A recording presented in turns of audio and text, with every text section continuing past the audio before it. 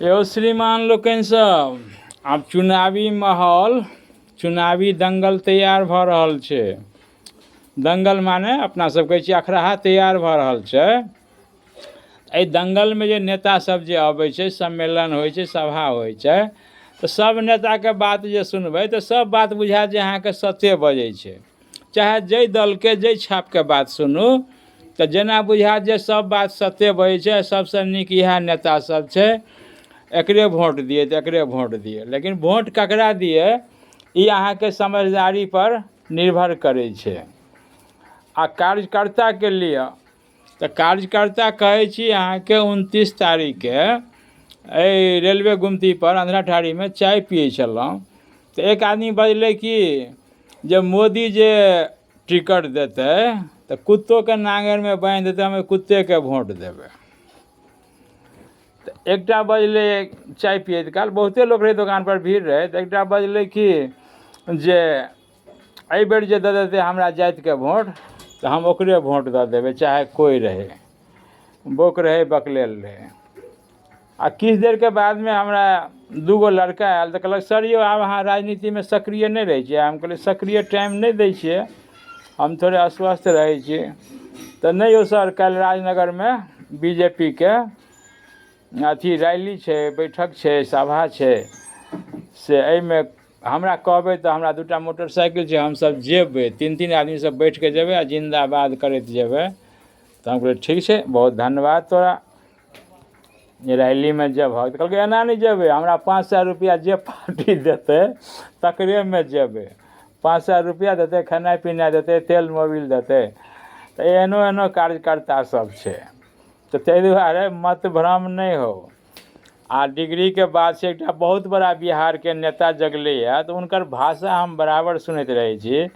तऽ कोनो संविधानके हम विशेषज्ञ नहि छियै, लेकिन मोटा मोटी जतेक जानै छियै जे भारतीय संविधानमे योग्यताके कतहु प्रावधान नहि छै। चूँकि एहि दुआरे नहि छै जे जब भारतके स्वतंत्रता संग्रामके लड़ाइ लड़ल गेलै तऽ ओहिमे हिन्दू मुस्लिम सब लड़ाइ लड़लै, सब बलिदान देलकै, त्याग देलकै, आओर पढ़ल लिखल मूर्ख सब लड़ाइ लड़लै, अनपढ़ गंवार सब लड़ाइ लड़लै। तऽ संविधान जे बाबा साहब निर्माण केलखिन तऽ ओहिमे ई उल्लेख नहीं केलखिन जे विधायक बनने के लिए इतना योग्यता चाहिए और सांसद बनने के लिए ये योग्यता चाहिए, जिसको बहुमत मिलेगा वो विधायक बन सकते हैं।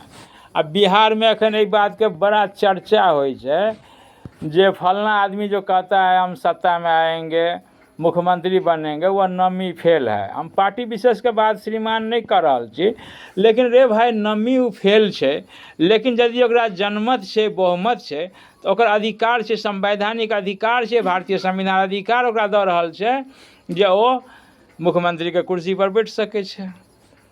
योग्यताके उल्लेख नहि छै। तऽ एहन तरहक बात सब जे सुनबै ने तऽ दिग्भ्रमित भऽ जायत, मत भ्रमित भऽ जायत। अपना स्वेच्छासँ एहिमे दियौ, अपन अपन काज धन्धामे लागल रहू, सबके बात सुनू। सोशल मीडिया पर देखैत रहै छियै एक से एक नेता सब, फिलोसफर सब भाषण दैत रहै छै, ये होगा, ये होगा, ये होगा, ये होगा। तऽ एक बेर की भेलै, छोटा सा बात कहि दै छी, 1 मिनटके बात छै। जब मधुबनी स्टेशनके पाछूमे ताबीज बेचै छलै, ताबीज माने जंतर बेचै छलै एकटा, तो जंतर जे ताबीज बेचे छले वो कहे छले जे आपको कितना भी साल पुराना मुकदमा चल रहा है, अगर मेरा एक ताबीज आप खरीद लोगे और बाँह पर बांध लोगे तो आज आपका डिग्री आपके पक्ष में हो जाएगा।